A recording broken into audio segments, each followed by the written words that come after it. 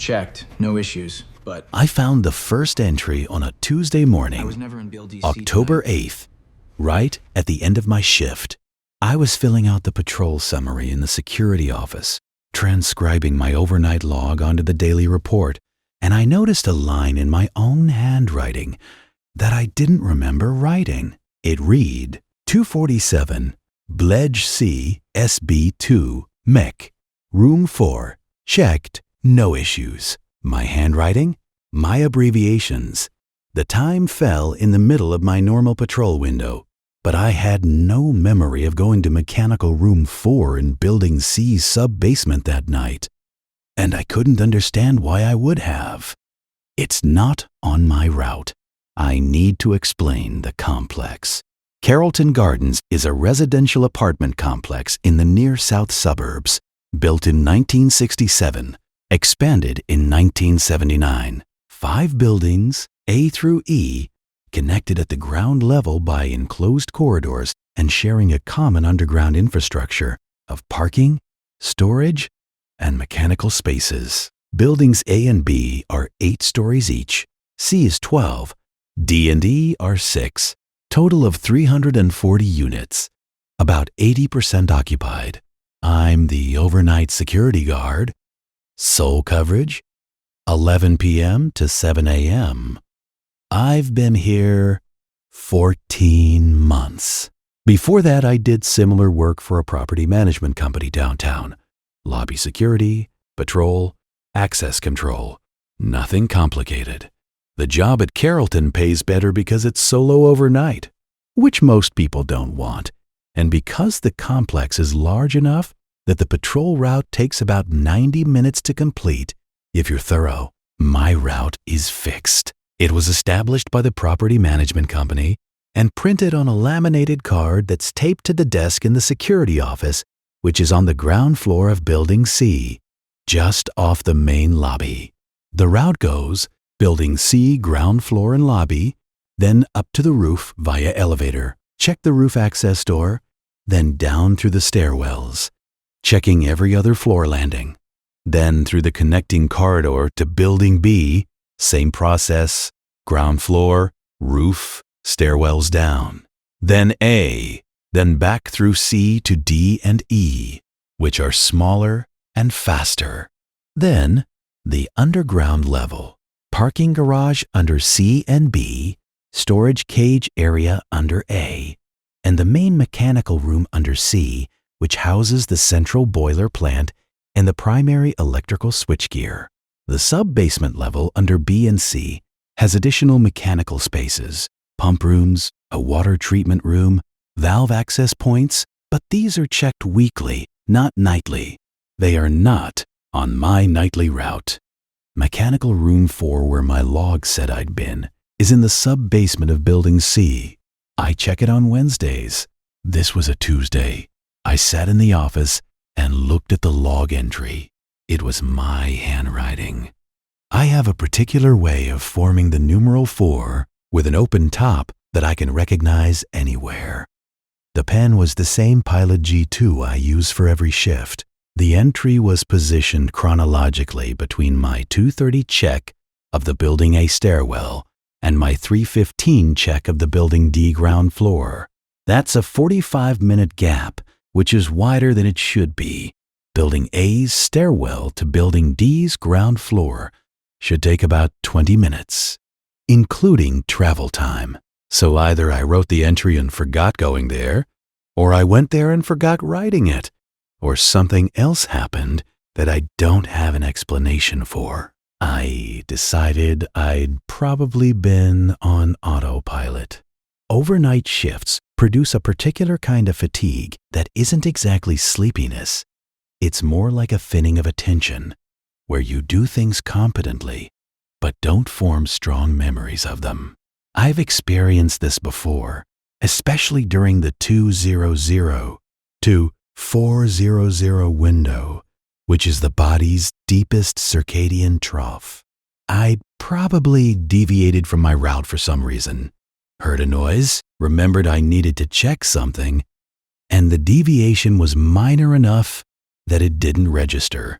I made a mental note to pay more attention during the mid-shift hours and moved on. October 15th, another Tuesday, exactly 1 week later. I was more alert this time because I'd been thinking about the previous week, and I deliberately paid attention during my patrol. I remember my route clearly. Building C lobby, roof, stairwells, connecting corridor to B, up and down, over to A, down to the parking garage, through the storage area, and then to D and E. I did not go to the sub-basement. I did not go to mechanical room 4. I finished my patrol at about 3:20 a.m. and returned to the security office and sat down to update my log, and the entry was already there. 251, Blade GC, SB2, Mech. Room 4, checked, no issues. My handwriting, same pen, same abbreviation style, same open top 4, written in the correct chronological position between earlier entries that I did remember making. The log showed that at 2:51, I had been in mechanical room 4, and I knew with complete certainty that I had not been in mechanical room 4. I want to be precise about how this felt. It wasn't frightening. It was the specific, sharp discomfort of encountering evidence that contradicts your own experience, like finding a receipt in your wallet for a purchase you don't remember making. Your first instinct isn't fear, it's to reconcile. You assume you forgot. You assume there's a simple explanation.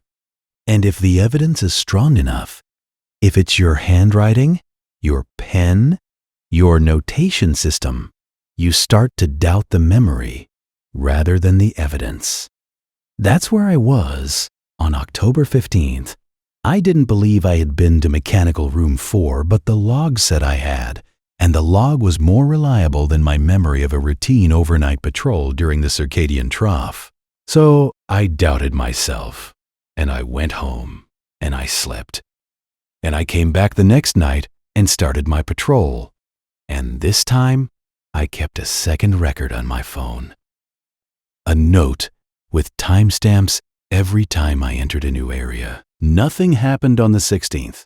My log and my phone notes matched perfectly. Same on the 17th, the 18th, the 19th. On October 22nd, a Tuesday again, I checked my phone notes at the end of the shift. They showed a clean, standard patrol with no deviations. My written log showed the same, plus one additional entry, 244 BLGDC, SB2, Mech, Room 4, checked, no issues. The entry was not on my phone. The entry was in my log. It was Tuesdays. At this point, I had 3 identical log entries, all on Tuesdays, all between 2:44 and 2:51, all for the same location, all in my handwriting, none of which corresponded to any action I remembered taking, or any timestamp on my phone. The phone notes showed no gap in the timeline. I was continuously logging my position throughout the patrol, and at the times, the written entries indicated I was in the sub-basement. My phone notes showed me in buildings A or B. On my normal route, either I was in 2 places at once, or the written log was being altered. I started carrying the logbook with me on patrol, instead of leaving it on the desk. I usually make entries at the desk, filling in times and locations from memory after each section of the route, but I changed my procedure so the book was in my hand at all times. On October 29th, Tuesday, I checked the log continuously. Every time I made an entry, I looked at the preceding entries. At 2:30, when I logged my position in the building A stairwell, I flipped back through the page. No entry for mechanical room 4. At 2:45, I was in the connecting corridor between A and C, logbook in my left hand. I opened it and looked. There it was, 241, Bledge C, SB2, Mech, Room 4, checked, no issues. It had appeared in the log between 2:30 and 2:45 during a 15-minute window when the book was physically in my possession. I was holding the logbook. I was looking at it, and an entry had appeared on the page that I had not written, except it was my handwriting. I want to keep emphasizing this because it's the detail that made everything else so difficult to process. It was not someone else's writing. It was not a close approximation. It was mine.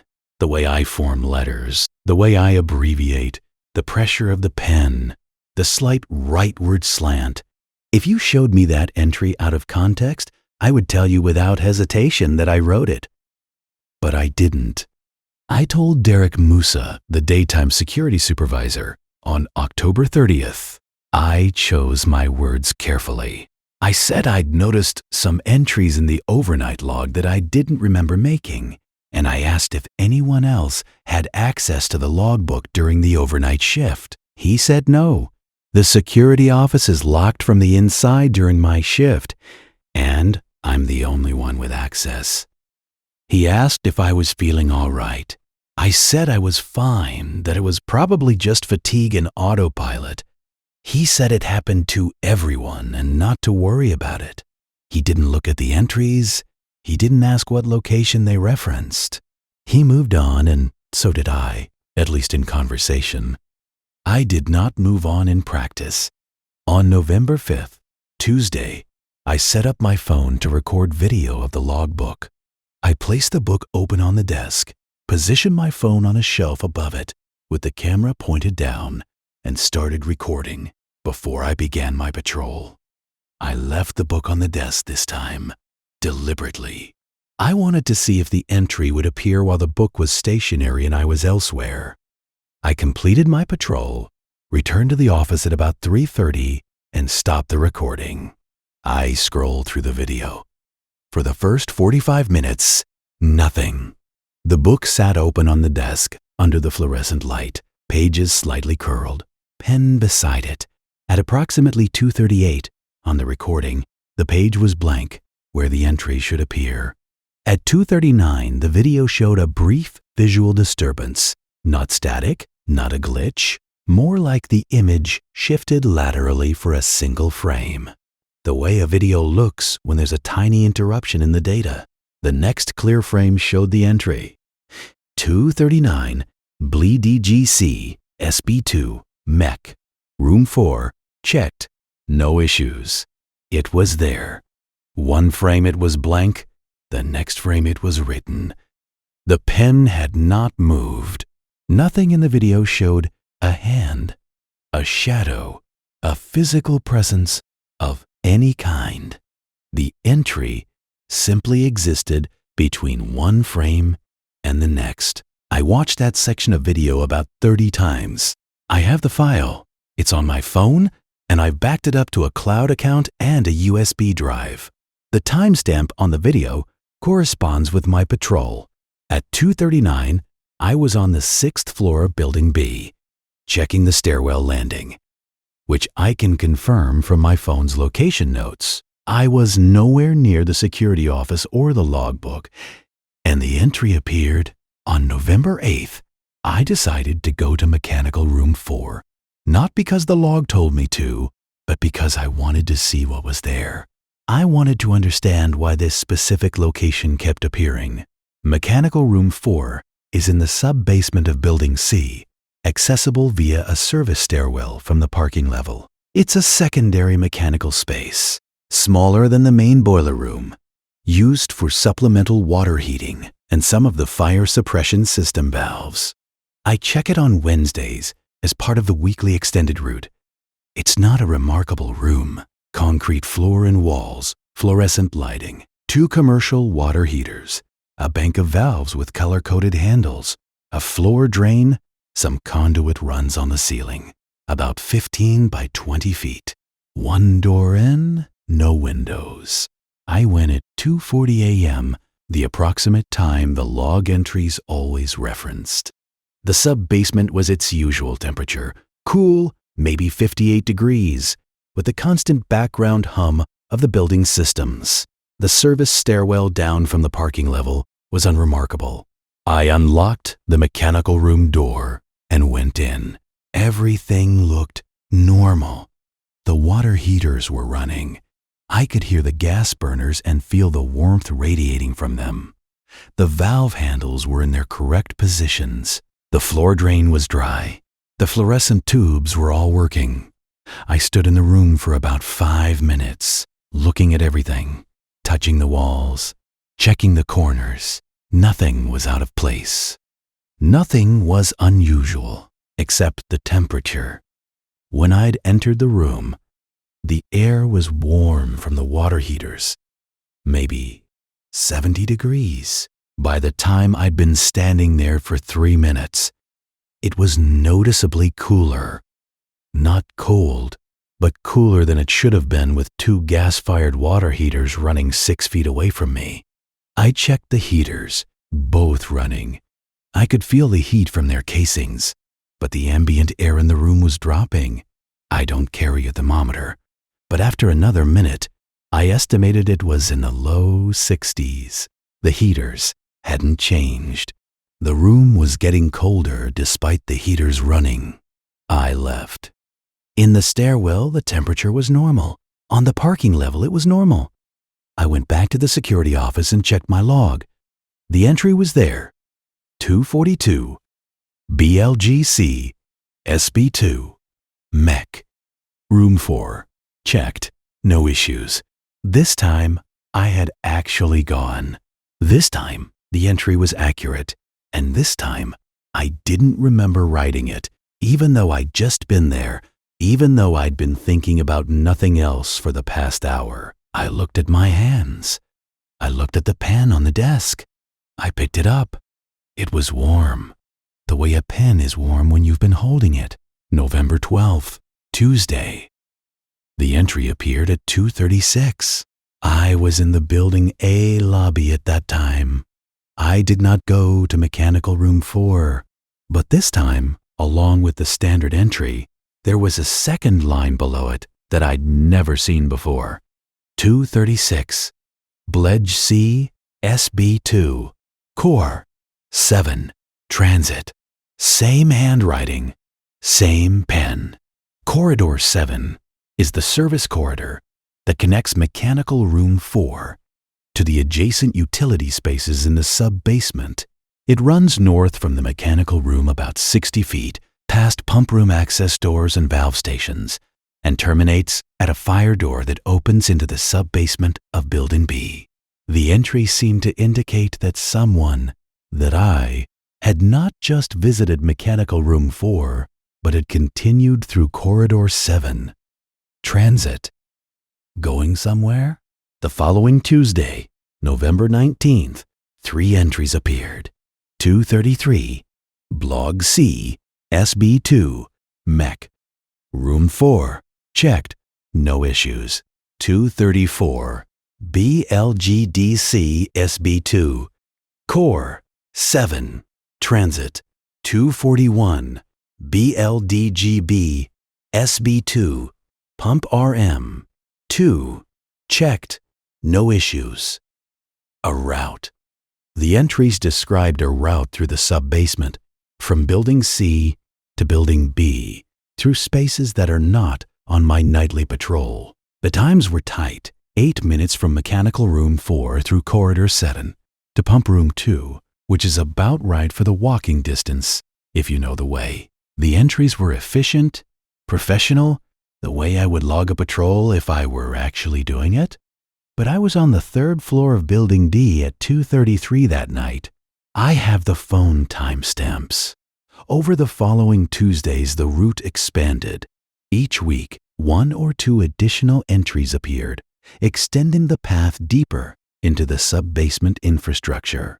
By December 3rd, the log showed a route that went Mechanical Room 4, Corridor 7, Pump Room 2, Valve Access B, Connecting Tunnel under the courtyard, Building A, Sub-basement Storage Corridor, Electrical Room A3. 6 entries spanning about 25 minutes, describing a patrol through the deepest, most restricted parts of the complex. Spaces I check once a month at most. spaces that most people in the building don't know exist. I followed the route on December 4th, a Wednesday, during my actual weekly extended patrol. I went to each location in the order the log described, at approximately the times indicated. Everything was physically normal. The spaces were as I knew them: concrete, pipe, conduit, the smell of damp and machine oil, fluorescent light where there were fixtures, dark where there weren't. The connecting tunnel under the courtyard is the part most people would find unsettling. It's about 80 feet long, 7 feet high, unfinished concrete, with steam pipes running along the ceiling and water stains on the walls. It connects the sub-basements of buildings B and A. I've walked it many times. It's tight and uncomfortable, but it's just a tunnel. Nothing was wrong with any of these spaces. Nothing was out of place. But in each one, after I'd stood there for a few minutes, the temperature dropped, not dramatically. Maybe 5 degrees, maybe 7, just enough to notice. And in each room, when I stood still and listened, I could hear something under the normal mechanical noise, a sound that I initially thought was my own breathing echoing off the concrete, but which, when I held my breath, continued, a faint, rhythmic exhalation, not from any vent or pipe, not from any equipment. It seemed to come from the walls, or from behind them, or from below. I heard it in every room on the route. It was the same in each one. Slow, regular, about one cycle every 10 seconds. When I moved, it was inaudible under the sound of my footsteps. When I stopped, it was there. I went home that morning, and for the first time I considered whether I should see a doctor, not because I felt unwell, but because the alternative to a medical explanation was something I didn't know how to think about. Entries appearing in a logbook in my handwriting that I didn't write, a phone video showing text materializing on a blank page, a route through the building's sub-basement being documented by someone using my hand, my pen, my notation system. A sound like breathing in rooms below ground level. If I was not losing my mind, then something was using me, my routine, my access, my physical habits, to patrol parts of the building that I don't normally visit on that schedule, and it was recording those patrols in my log as if I had conducted them. And the only evidence that I hadn't was my phone's timestamps and my own fragile, fatigue-degraded memory. I made an appointment with my doctor for December 10th. I described my symptoms as memory gaps during overnight shifts. She ordered blood work and referred me to a sleep specialist. The blood work came back normal.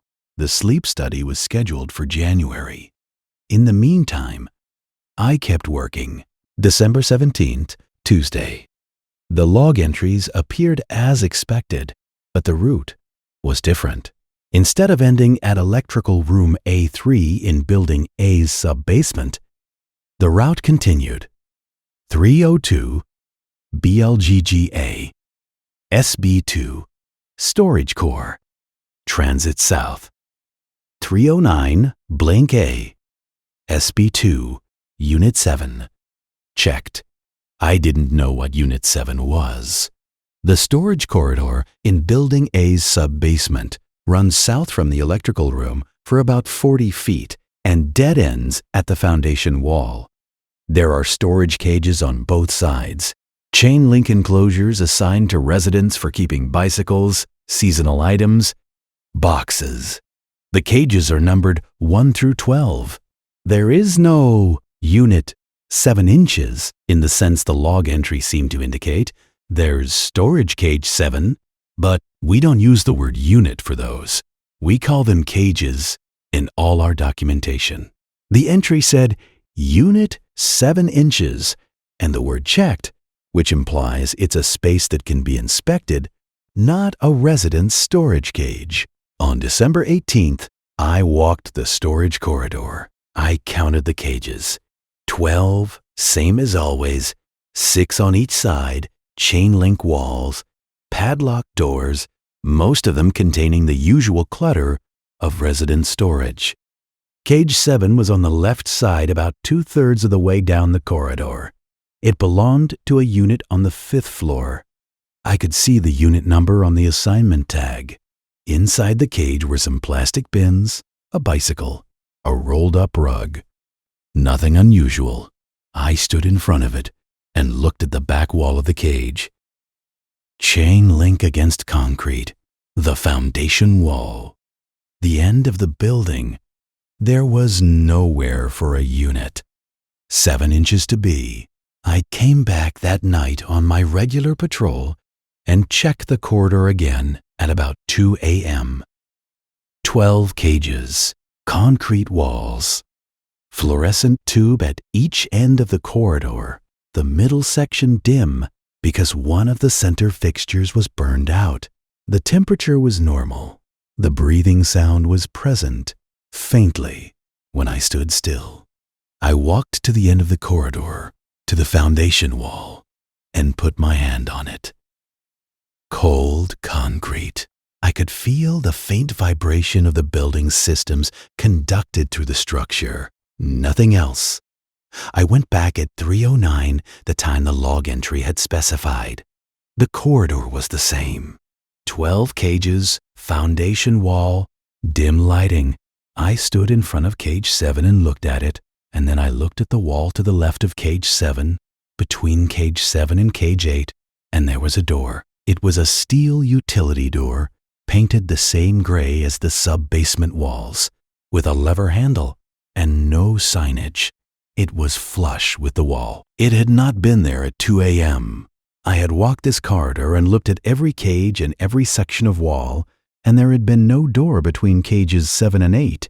Now there was. It was real. It was solid.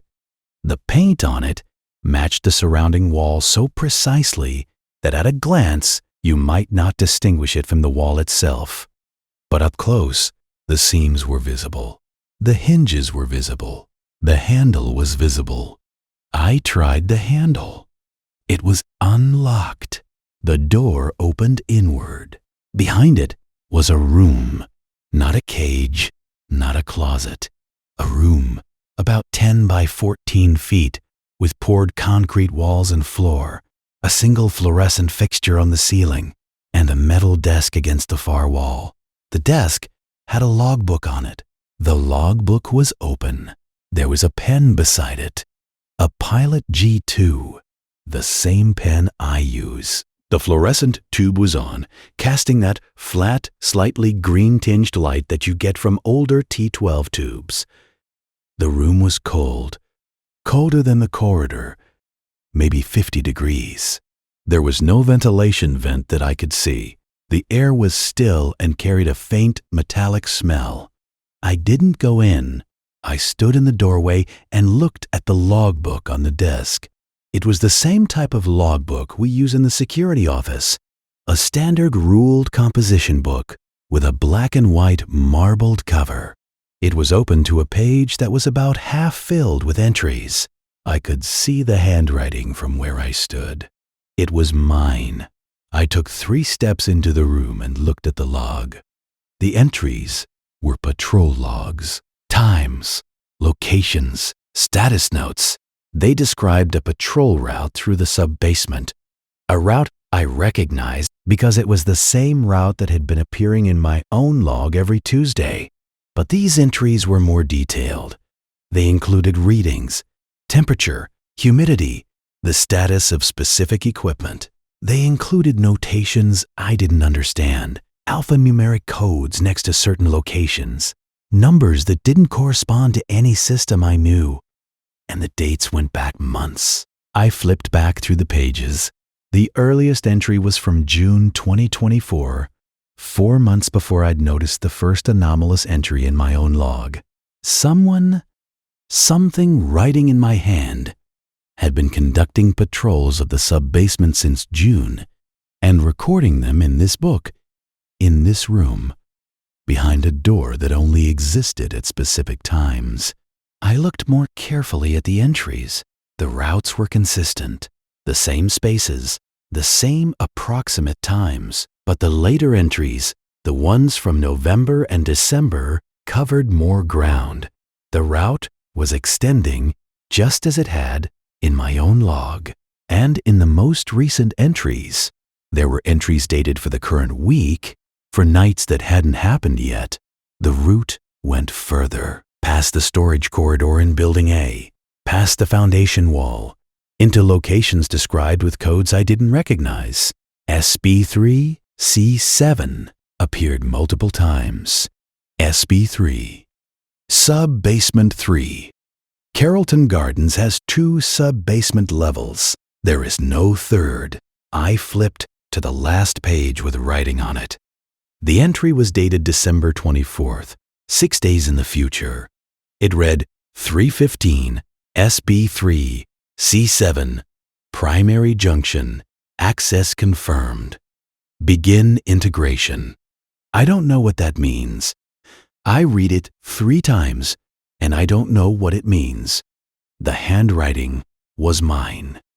The word integration was written with the same slightly rushed quality that my handwriting gets toward the end of a long shift.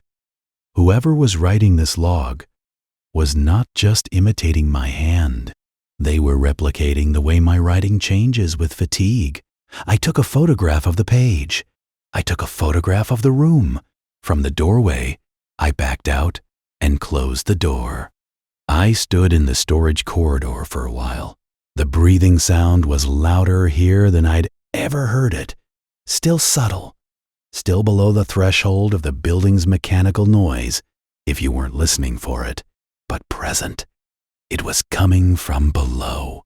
I could feel it faintly through my feet. I checked the door again at 3:30 a.m. It was gone. The wall between cages 7 and 8 was solid gray concrete, uninterrupted, with no seam, no hinge mark, no indication that a door had been there 20 minutes earlier. I put my hand on the wall. Solid, cold. I pressed hard enough to feel the roughness of the concrete through the paint. There was no door. There was nowhere for a door to have been. I went to the security office and looked at my log. The entry was there, 309, Bleedy A, SB2, Unit 7, checked, no issues. No issues. The entry that appeared in my log described a visit to this room, and the assessment was no issues. As if the room, the desk, the second logbook, the entries in my handwriting describing patrols I never conducted through levels that don't exist, were all within the scope of a normal inspection. Checked, no issues. I worked Christmas Eve. December 24th, I was aware of the date. I was aware that the entry in the second logbook predicted something for this night, 315 SB3 C7 Primary Junction Access Confirmed. Begin integration. I did not know what this meant. I didn't know what SB3 C7 was, or where the primary junction was, or what integration referred to. I decided I would stay out of the sub-basement entirely. I would do my patrol of the upper floors and the parking level, and I would not go below. My phone's location log shows me on the ground floor of Building C at 2:30. It shows me in the Building B lobby at 2:45. It shows me in the Building A stairwell at 3 o'clock. It shows me back in the Building security office at 3:25. A normal patrol of the upper areas, no sub-basement, no deviation. That's what my phone says. My written log, the one in the security office, has an additional entry between 3 o'clock and 3:25. 314, BLGDGA, SB2, Unit 7, Transit to SB3. Written in my hand. At 3:14 I was, according to my phone, in the Building A stairwell, walking up from the ground floor. I was not in the sub-basement. I was not transiting to a level that doesn't exist, but the entry was there, And below it was one more line, the last entry on the page, written in a hand that was almost, but not exactly mine, the letters slightly more precise, the spacing slightly more even, as if my handwriting had been refined by someone who knew it better than I did. 315, SB3, C7, primary junction. Access confirmed. Integration begun. I stared at that entry for a long time. It was the only entry in 14 weeks that didn't perfectly match my handwriting. It was close. It would fool anyone who wasn't me. But the slight perfection of it, the fractional improvement in consistency over my natural hand, marked it as something other. Something that had been learning my writing by writing it, entry after entry, week after week, getting closer and closer until it was almost indistinguishable, but not quite. And on December 24th at 3:15, it had stopped pretending to be me and written in its own hand, which was my hand, made slightly better. I didn't sleep that day. I sat in my apartment, and I looked at the photographs on my phone, the room behind the door, the logbook, the entry about integration, and I thought about what the word meant in a building context. Integration is a term I know from mechanical systems. When a new system is integrated into a building, it's connected to the existing infrastructure, tied into the electrical, the plumbing, the controls network. It becomes part of the building's operational whole. It was there before, separate, and now it's joined. That's integration. I went back to work on December 26th. My shift was normal. I did my patrol. I did not go to the sub-basement. The written log was clean. No extra entries, no phantom patrols. December 27th, same. December 28th, same. No entries appeared. Nothing happened. The Tuesday's pattern seemed to have stopped. I began to wonder if December 24th had been an endpoint, the completion of whatever process had been using my handwriting, and my routine, and my access to the building's lowest levels. Integration begun, and then silence. On January 3rd, a Friday, I received a call at about 1 a.m. from a resident in Building A, 5th floor, Unit 512. She said there was water on her bathroom floor, and she thought it was coming from below. I called the emergency plumber on contract and went to check. The bathroom had about a 1/4 inch of standing water. Clear, no sewage smell. It appeared to be clean water, possibly from a supply line. I went to the 4th floor unit directly below, which was vacant, and let myself in to check for leaks. The bathroom ceiling showed no water damage. The floor was dry. I checked the 3rd floor unit below that. Dry. I went all the way down to the ground floor. Dry. The water in unit 512 was not coming from any unit below it. I went to the sub-basement to check the water supply risers. Building A's plumbing risers run vertically through a chase on the east side, accessible from the sub-basement through a panel in the utility corridor. I opened the access panel and checked the risers. All dry. No leaks. The valves were in the correct positions. I closed the panel and stood in the corridor and listened. The breathing sound was there, same as before. Slow, regular. Below, then I heard something else. Water, not the sound of a pipe leak, which is a hiss, or a spray, or a drip. The sound of water moving through a large open space, like an underground stream. It was coming from below me, through the floor. I crouched down and put my hand on the concrete. It was wet. Not damp, wet. A thin film of water was covering the floor of the utility corridor, maybe 1/8 of an inch, spreading slowly from the south end where the foundation wall was. The water was cold and clean and had no smell. It was coming from under the foundation wall. The foundation wall is the boundary of the building. Below it is soil and rock. There are no water features, no underground streams, No aquifers at this depth in this area.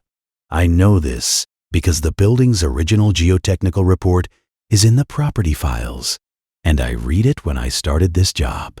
The soil under Carrollton Gardens is compacted clay. Water does not move through compacted clay in visible quantities, and yet water was coming through or under the foundation wall and spreading across the sub-basement floor. I followed the water to its source.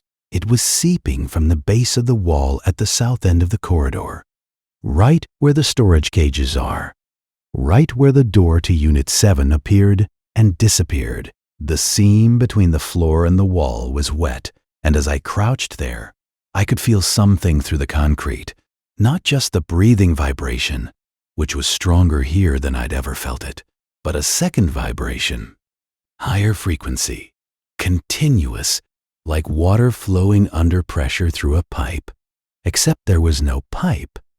There was the foundation. There was clay. And something below that? I put my ear to the wall. The sound of moving water was clear and unmistakable. It was not a trickle or a seep.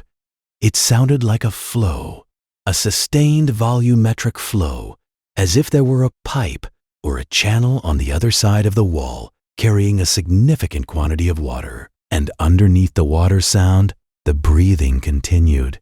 And underneath the breathing, at the very bottom of what I could hear, there was something else. A hum. Low electrical, the 60 hertz hum of a transformer or a large motor. The kind of sound you hear in a mechanical room. The kind of sound that a building makes. There is no building on the other side of that wall. There is no structure below this level. There are no utilities, no tunnels, no infrastructure of any kind. The city's underground maps show nothing. The building's plans show nothing. There is earth, and then there is whatever is making a sound like a mechanical room through 6 inches of poured concrete and an unknown quantity of compacted clay. I stood up. The water on the floor was deeper, maybe a 1/4 inch now, covering the entire south end of the corridor. It was still clean, still cold. I watched it for a few minutes. It was advancing slowly northward toward the pump rooms and the connecting tunnel to Building B. I called the emergency plumber. He came at 3:30 a.m., looked at the water, looked at the wall, said it was probably groundwater intrusion from recent rain, and recommended a sump pump and some sealant.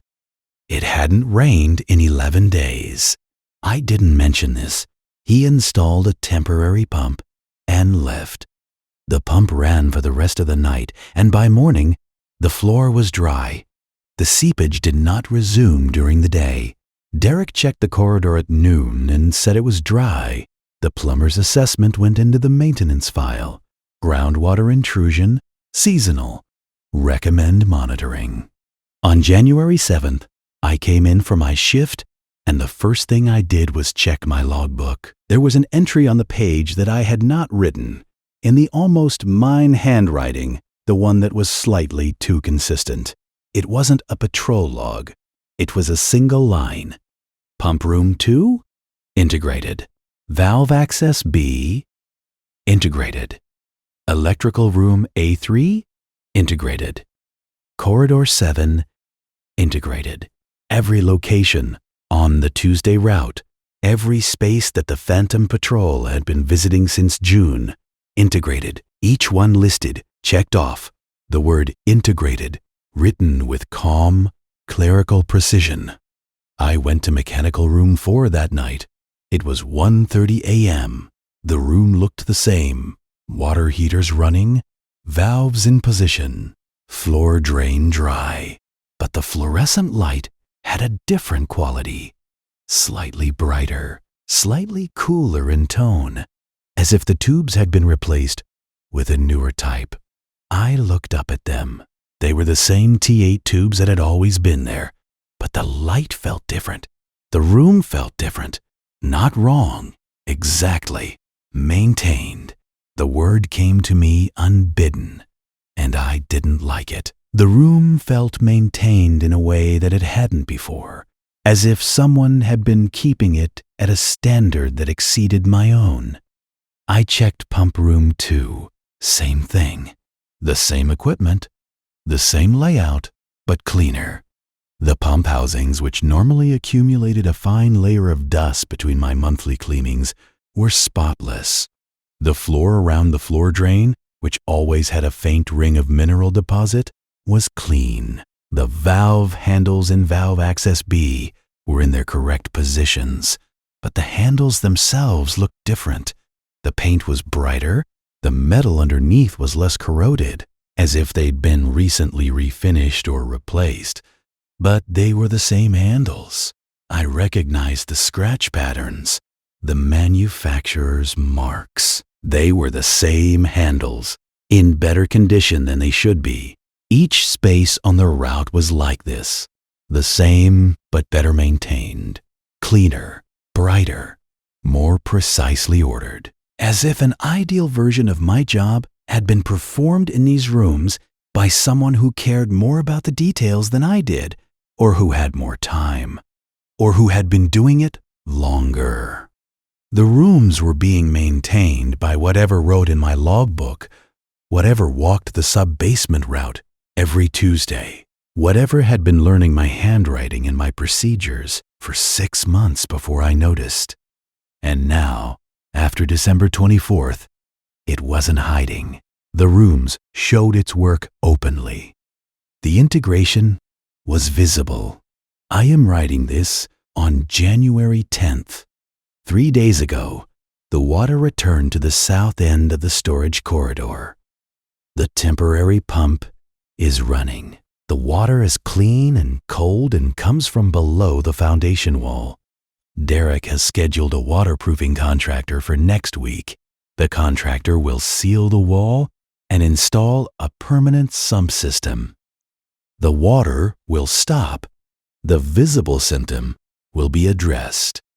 The cause, the sound of flowing water behind the foundation. The hum of machinery that doesn't exist. The breathing will not be investigated because it doesn't fit within the scope of a waterproofing contract. Last night, January 9th, a resident in Building C, 3rd floor, called to report that the heating in her unit was better than it had been in months. She wanted to thank whoever had fixed it. I checked the maintenance records. No one had worked on the 3rd floor heating system. I checked the boiler readings. Normal. I checked the zone valves, all in their usual positions. But the temperature in her unit, and in the units I checked on the 2nd and 4th floors, was more consistent than it had been since I started working here. The building was heating itself better. The mechanical systems hadn't changed, but their output had improved. The building was working better and nobody had done anything to make it so. I checked my log this morning. There was a new entry in the almost mine handwriting, time-stamped at 4 a.m. last night.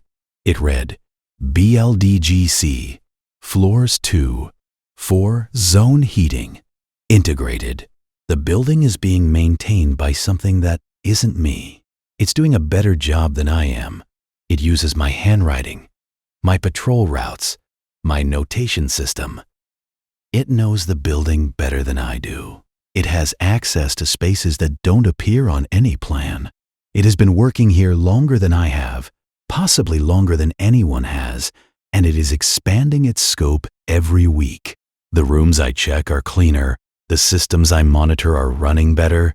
The work I'm supposed to be doing is being done more thoroughly and more carefully than I've ever done it, by whatever comes through the sub-basement on Tuesday nights and writes in a logbook in a room that doesn't exist.